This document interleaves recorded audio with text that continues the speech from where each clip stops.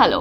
I'm sure your last week was full of the Ambani pre-wedding glitz, which, if you ask me, was a pure promotion of their new elephant rehabilitation center. But this is not what we're here to discuss today.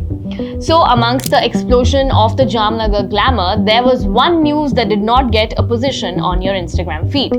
Did you know Google delisted at least 24 apps from Google Playstore, including apps like Shadi.com, Bharat Matrimony, Naukri.com, 99 Acres, Alt Balaji, and more. We tried to decode the news into 3 segments: what happened, why it happened, and what is the escape to such a situation if it happens again in the future. On March 1, Google announced that it was pulling the apps of almost a dozen firms out of Google Play Store, obviously for Android apps. Now you must be wondering how Google can pull off these famous apps just like that. See, over 95% of smartphones in India run on Android, and surprise, surprise, Google owns Android. Now they have the leverage. They simply have to call the phone manufacturer and tell them, hey, if you want to use Android, then you better preload our suite of apps, the Play Store, Google Maps, YouTube, Chrome, etc., etc. And voila, these apps end up being pre-installed when you buy a new phone. Think of it this way: if you have to download an app, you will automatically have to do it from the Google Play Store on Android. Which clearly means Google has no rival, no competition, and they own a very big chunk of the monopoly in the business. But still, what does this monopoly have to do with the kick-off of the apps? Google collects a fee of anywhere between 11 to 30% per transaction for all in-app purchases from purely digital services such as OTT streaming, subscription, and others. According to Google, this fee helps the company pay for Google Play and develop a better Android ecosystem, which seems fair. But the size of the fee is the real issue to the Indian developers. Increased from 11% to 30%, this so-called wellness fee made no sense to certain Indian developers. Hence, they took the legal route, delayed their fee payment, and Google, in return, pulled off their apps. Now, you must be wondering, where is the harm in giving a certain amount of money to the platform that is listing your app? Which is a valid question. So, understand this with an example. There is an app called Kuku FM, which, by the way, is also delisted from the Play Store. So if 1.1 million users pay rupees 8.99 via Kuku FM app downloaded on the Play Store, Google keeps a cut that could be as high as rupees 270. And all this money adds up to the whooping numbers of 297 million. Obviously, if Google will take so much money, what will the app earn?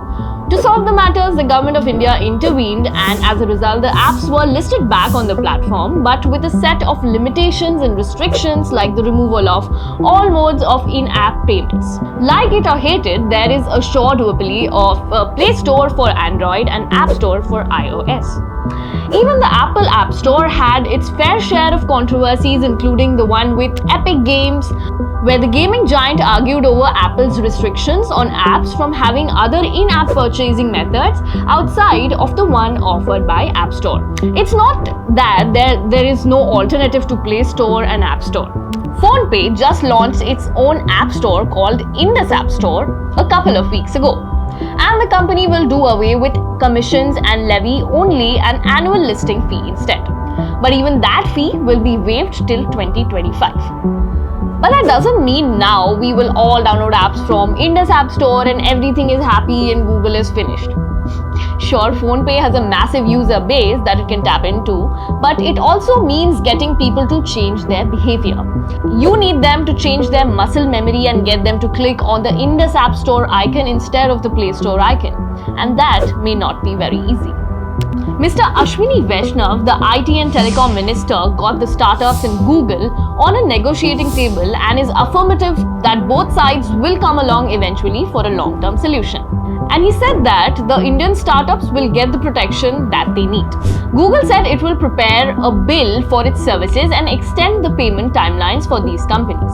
The restoration of these Indian apps underscores the government's commitment to safeguarding the interests of local startups and ensuring a conclusive environment for their growth. Now the real question is Google truly evil? If you know Google's motto is don't be evil, And well, some people truly believe that this move of Google is a diversion from the same. While the startups are not wrong sharing their earnings in large amounts, the tech mammoth is also on the right path to demand fees for their unbeatable platform. Not picking sides, but we believe that this issue needs stern norms that need to be effectively executed. Okay, so we have a very latest development on this matter and our team is on ground to tell us all that is happening on this matter. Let us hear from them what they have to say.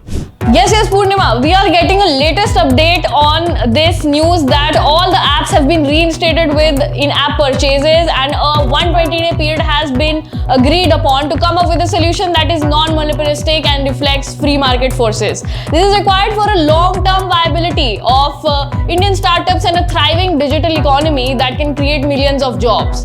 With camera person Shan Nawab, this is Nagma signing out for Mobile App Daily. Okay, so this means users can certainly download the apps from the Play Store and also use all the services for a period of 120 days. However, what happens after is still unclear. But what is your take on this scene? Is Google being a spoilt brat, or are they right in asking for a alleged fee that they deserve? Stay tuned and stay updated. Until then, subscribe to Mobile App Daily for latest tech trends and news.